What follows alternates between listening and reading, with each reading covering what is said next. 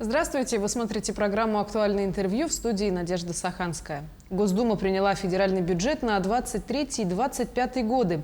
Какие задачи решает главный финансовый документ, на какие вызовы отвечает и как в разрезе федерального бюджета сконцентрированы интересы самой большой территории Российской Федерации – Якутии. У нас в студии депутат Государственной Думы Российской Федерации, член Комитета по бюджету и налогам Галина Иннокентьевна Данчикова. Галина Иннокентьевна, здравствуйте. Добрый день, уважаемые зрители, и добрый день, Надежда. Бюджет страны уже принят. Мы знаем, что ежегодно социальные обязательства государства возрастают. Будут ли они обеспечены в полном объеме, исходя из нынешней ситуации?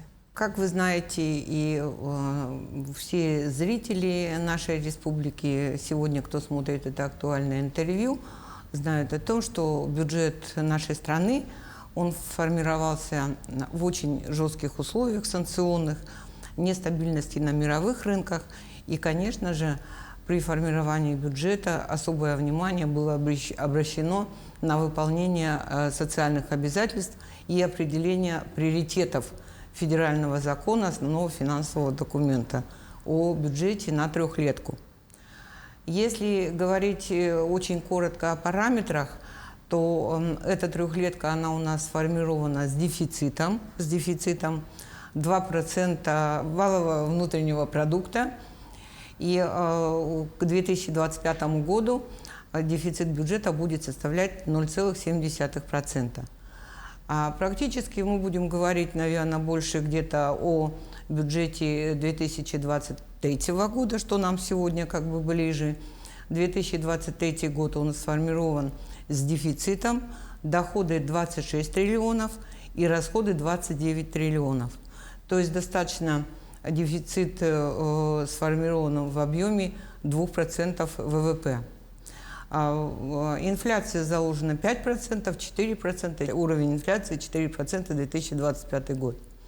Если говорить о приоритетах, которые определены в законе о федеральном бюджете на трехлетку, то они, в общем-то, можно их сгруппировать на несколько направлений. Первое, конечно, направление – это выполнение социальных обязательств государства. Что здесь следует отметить? Те послания президента Российской Федерации, которые были в 2020 году, в 2021 году, они все погружены в закон о федеральном бюджете, и они в полном объеме обеспечены финансированием из бюджета. Плюс те приоритетные направления социальные, которые обозначены президентом Российской Федерации Владимиром Владимировичем Путиным, они также обеспечены все финансовыми ресурсами. Если сказать об объеме, то объем социальных обязательств по 2023 году предусмотрен 18,7 триллионов рублей.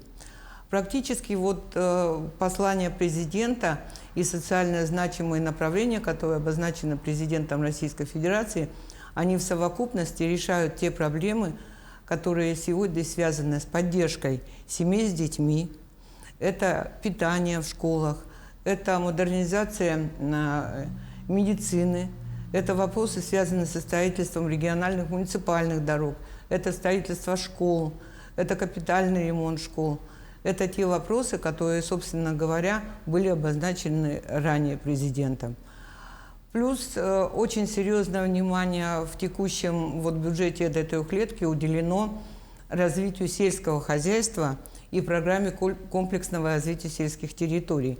Практически при рассмотрении в Госдуме во втором чтении увеличение составило плюс к текущему, что есть, заложено было в бюджете, еще плюс 8 миллиардов рублей к 600 миллиардам. При обсуждении на парламенте и в комитете по бюджету уделялось особое внимание именно программе развития села и комплексному развитию сельских территорий. Отдельное внимание было уделено в законе о федеральном бюджете, это поддержки военнослужащих, и общий объем, который предусмотрен, это 56,3 миллиарда рублей. Кроме того, предусмотрены средства на поддержку военных городков и военных госпиталей. Кроме того, в рамках подготовки и рассмотрения закона о бюджете было принято ряд законов, которые обеспечивают поддержку для наших мобилизованных.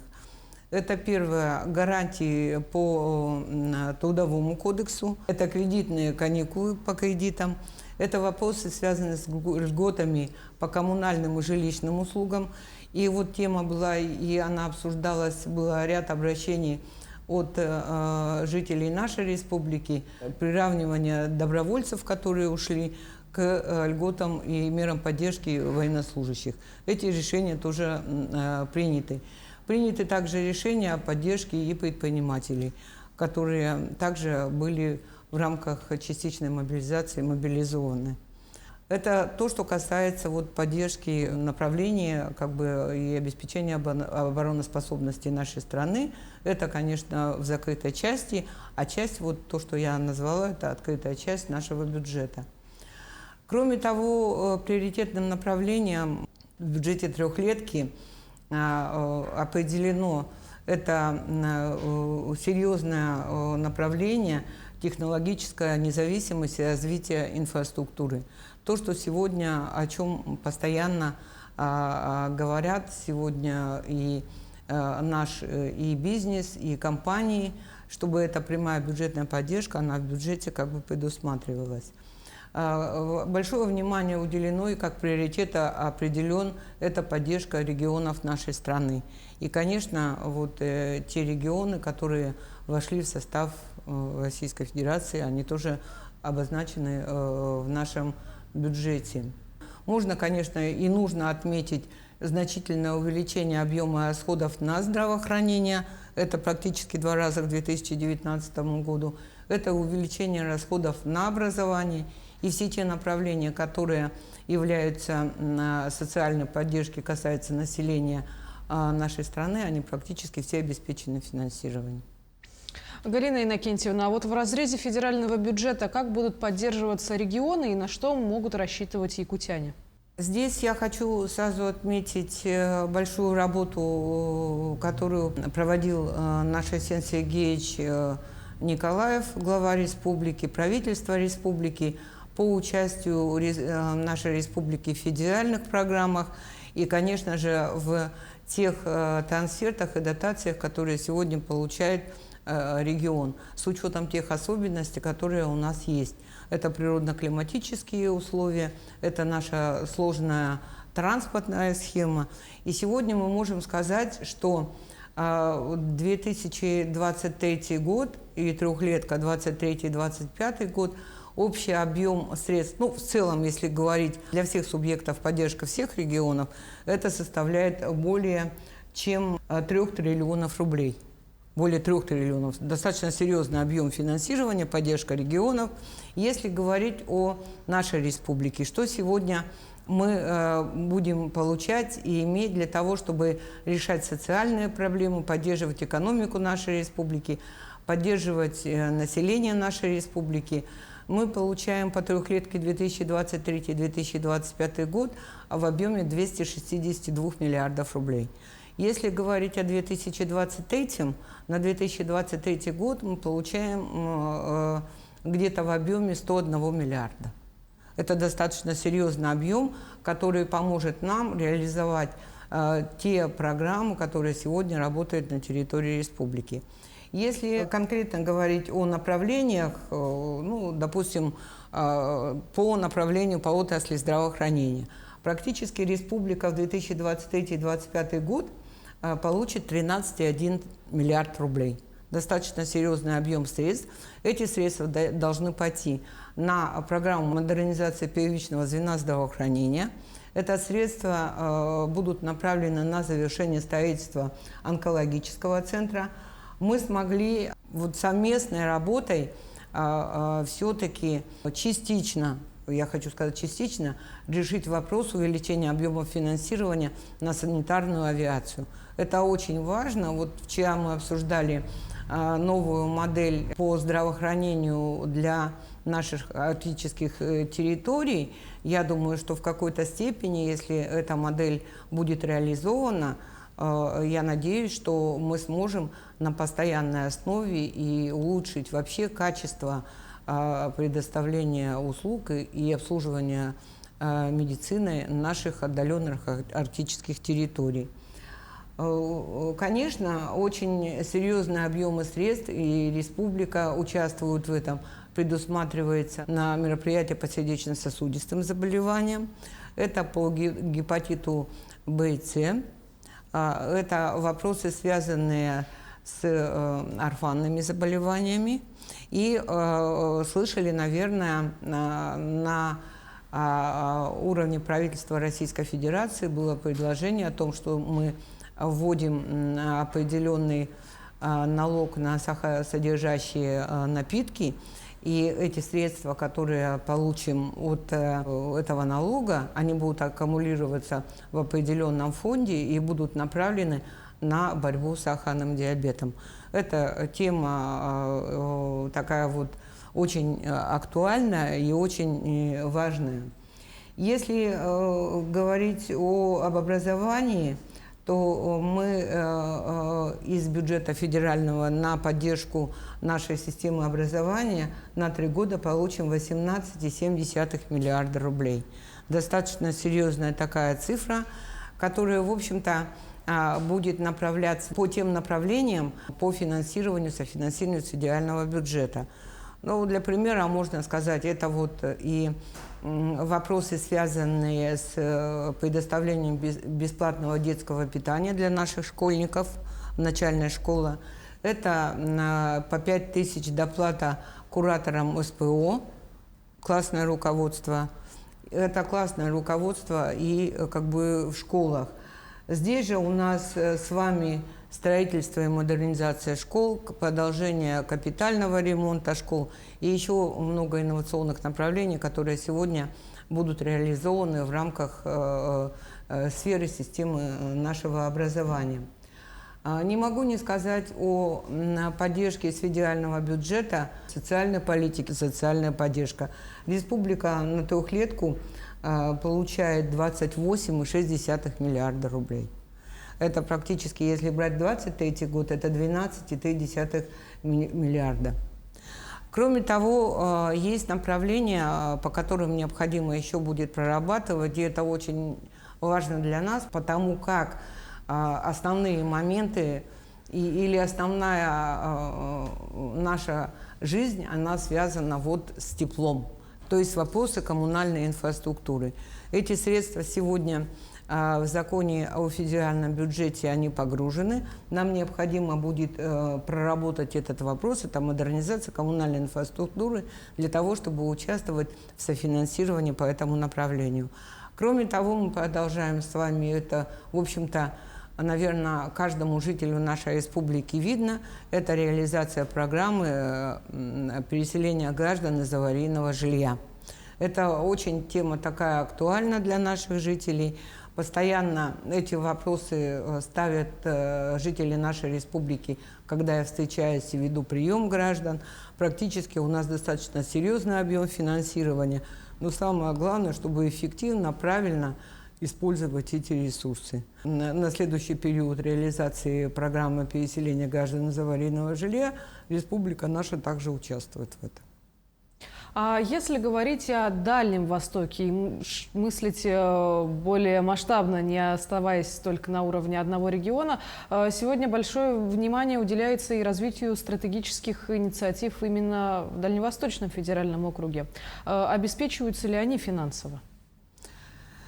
Да, очень хороший вопрос. Вот в ходе обсуждения закона о федеральном бюджете очень, конечно, было приятно слышать о том, что Дальневосточному федеральному округу уделяется особое внимание, и те ресурсы, которые необходимо реализовать в рамках социально-экономического развития Дальневосточного федерального округа, они предусматриваются. У нас есть несколько программ, которые реализуются, и они обеспечены как бы финансированием. При этом в этих программах достаточно серьезные есть и новые направления. Ну, наверное, не будем говорить о отдельной программе развития арктической территории. Наверное, поговорим о программе, это программа Дальнего Востока. та программа, которая, собственно говоря, уже у нас реализуется, в нее были и погружены, и мы с вами, в принципе, знаем о дальневосточном гектаре. Это речь идет о дальневосточной ипотеке, где активно наши жители этим пользуются. Когда проходил Дальневосточный форум, экономический форум, то по итогам форума президентом Российской Федерации были даны ряд поручений. Я вот просто хочу этих несколько поручений таких и обеспеченных финансированием направлений назвать. Вот первое основное направление – это реализация программы модернизации городов Дальнего Востока. Практически здесь часть средств зарезервирована в законе о федеральном бюджете. 30 миллиардов – это на 2023 год и 100 миллиардов на 2024 год. И одно из интересных направлений – это реализация планов социального развития центров экономического роста регионов Дальневосточного федерального округа. И на 2023 год общее, если там брать трехлетку, то это 74,6 миллиарда рублей, а 2023 год это 27,7. И одно из интересных также направлений – это благоустройство территории и создание комфортной городской среды в населенных пунктах с населением до 250 тысяч человек Дальневосточного федерального округа. Здесь также предусмотрены ресурсы, и я надеюсь, что мы, благодаря реализации данной программы, сможем изменить облик наших городов, благоустройство наших городов и изменить качество жизни наших людей. Да, жителей. Действительно, надо только приложить к этому усилия. Да, действительно, надо приложить к этому усилия и, в общем-то, понимать. Мы часто осуждаем с коллегами, кто, в общем-то, наверное, не имеет большого отношения к формированию бюджета, к бюджетной политике, и говорим о том, что все мы должны понимать, что бюджет – это смета такая доходов и расходов. И все мы должны понимать, как мы работаем, столько у нас будет доходов, для того, чтобы нам выполнить все те обязательства и, конечно, добиться того, чтобы мы вышли на высокий уровень социально-экономического развития нашей территории. Ну например, когда принимался региональный бюджет, глава Якутии Айсен Сергеевич Николаев на пленарном заседании Илтумен сказал, что именно вы основательно работали над федеральным бюджетом и отстаивали интересы нашей республики. Это мое направление. Я являюсь членом комитета по бюджету и налогам и, конечно же, председателем подкомитета по межбюджетным отношениям. И ни в коем случае я не должна была отойти в сторону, либо очень так плотно этим не заниматься. Хотя я стараюсь заниматься в большинстве своем всеми направлениями, но так как бюджет – это основной финансовый план, где погружаются все и госпрограммы, и программы, и мероприятия, которые, собственно говоря, связаны и влияют в какой-то степени прямо или косвенно на каждого жителя нашей страны, жителя нашего региона, нашей Якутии. Мне не сложно, наверное, заниматься этим, потому что я понимаю, где есть у нас те болевые точки для того, чтобы мы смогли. Здесь не все решается деньгами.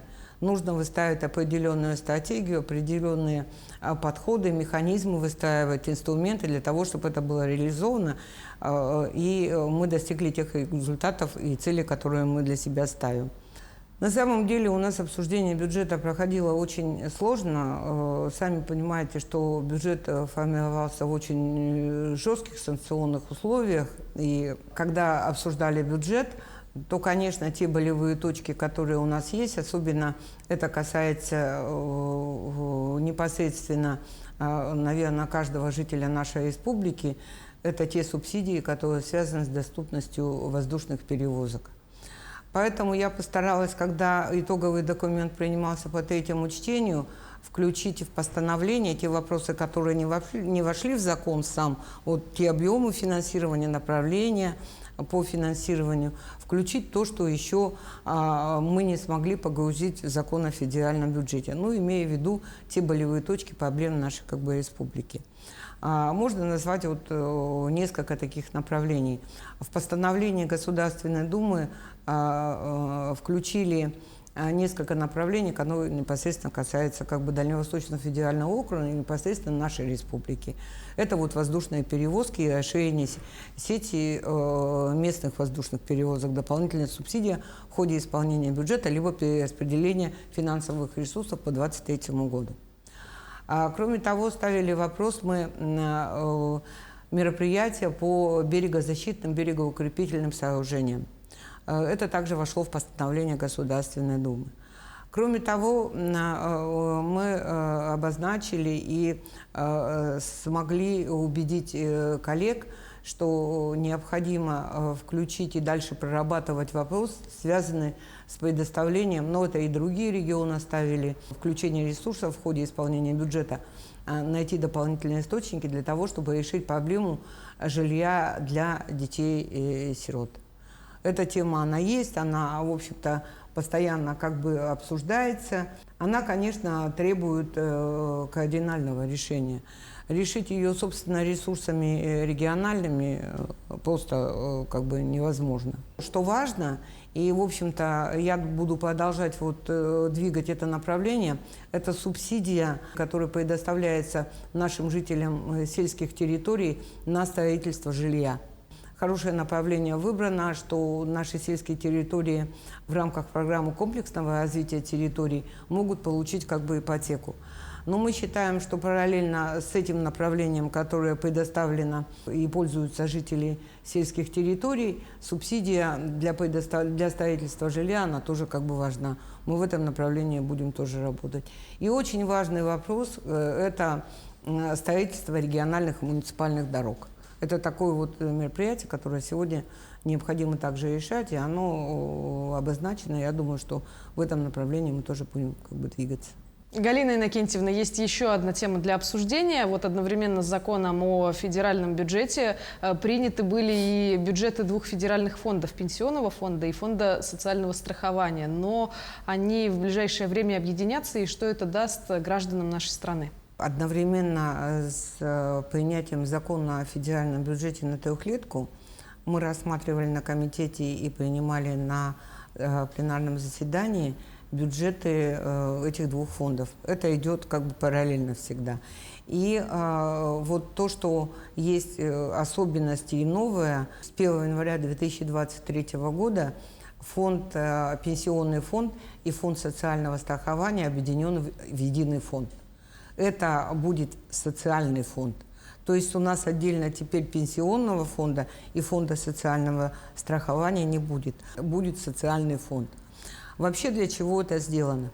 Это все-таки сделано для того, чтобы систематизировать все эти меры поддержки в одном как бы месте, чтобы мы могли пенсии, федеральные пособия, материнский капитал, больничные листы получать в одном месте. При этом этот фонд будет работать в рамках единого окна. И он сегодня, с 1 января, он уже начинает 2023 года функционировать и работать уже вот в виде социального фонда. Я благодарю вас, Галина Иннокентьевна, что нашли вы для нас время и стали гостьей нашей студии. И более того, благодарю вас за интересную и содержательную беседу. Спасибо, Надежда. Успехов вам. Спасибо. Ну а я напомню, вы смотрели актуальное интервью. Берегите себя. До встречи в эфире.